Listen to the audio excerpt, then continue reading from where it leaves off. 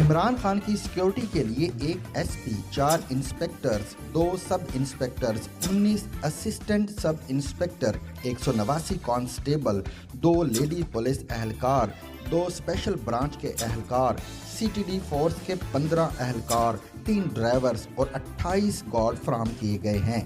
اس بڑی تعیناتی کی تفصیلی تقسیم میں اسلام آباد پولیس کے 77، KPK کے 57، GB پولیس کے 8، FC کے 78، رینجرز کے 6، عسکری گارڈز کے 9 اور بنی گالا سیکیورٹی کے 20 اہلکار شامل ہیں۔